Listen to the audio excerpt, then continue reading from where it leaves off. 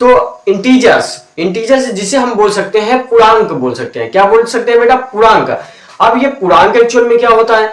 तो इंटीजर्स, अब हम इंटीजर को यहां पे दो भागों में हम डिवाइड कर सकते हैं, एक तो पॉजिटिव, दूसरा निगेटिव। अब पॉजिटिव, निगेटिव और तीसरा हमारा जीरो भी। अब इसके बारे में अब आप थोड़ा सा विशेष ध्यान रखो। जैसे अब आपको हम यहाँ पे समझाने का कोशिश करेंगे। ये इंटीजर्स है यानी पूर्णांक है। क्या है बेटा? पूर्णांक है। इसको हम कुछ भागों में डिवाइड करते हैं, कुछ भागों में डिवाइड करते हैं। जैसे निगेटिव, क्या हो गया बेटा? निगेटिव, एक निगेटिव आता है। अभी हम आपको क्लियर कराते हैं। एक निगेटिव हो गया और दूसरा हमारा होल नंबर। क्या आता है? Whole number. अब आप ध्यान से देखना, आपको अच्छे से क्लियर हो जाएगा।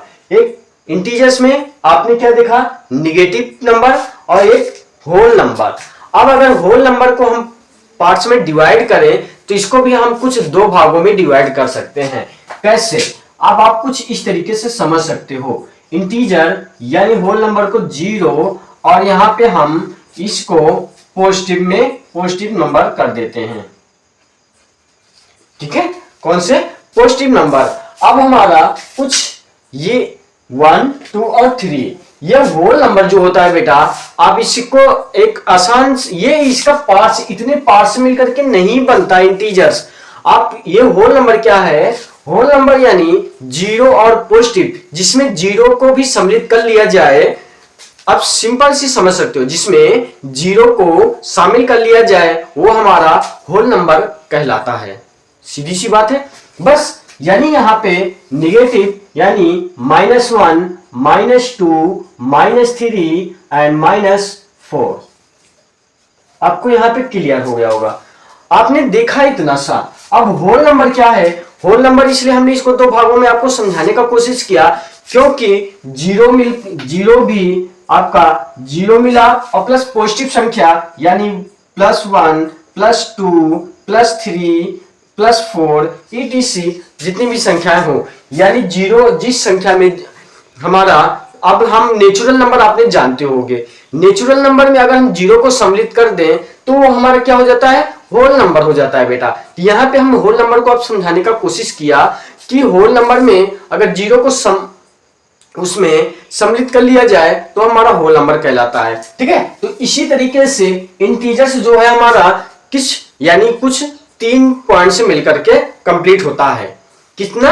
3 पॉइंट से मिलकर के, एक हमारा निगेटिव, जीरो और प्लस पॉजिटिव, यानी इन चीजों से हमारा इंटीजर्स कंप्लीट होता है। अब आप इस थोड़ा से कुछ इस तरीके से समझ सकते हैं।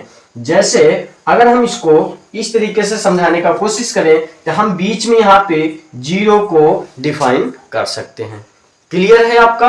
अब यहाँ पे अगर हम बोला जाए तो +1, +2, +3, +4, +5, +6 etc।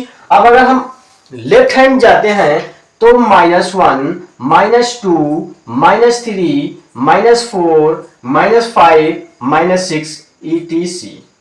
क्लियर है आपको? ये हमारा इंटीजर्स, ये हमारा दिखा रहा है लाइन में, क्योंकि ये हमारा प्लस और जीरो और माइनस को सम्मिलित करने पर हमारा इंटीजर्स बनता है, यानी इंटीजर्स भी कहलाता है। क्लियर है आपको?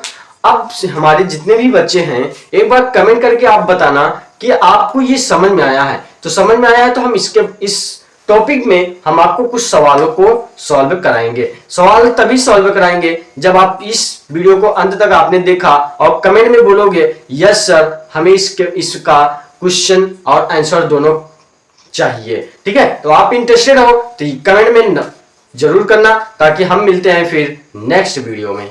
Thank you.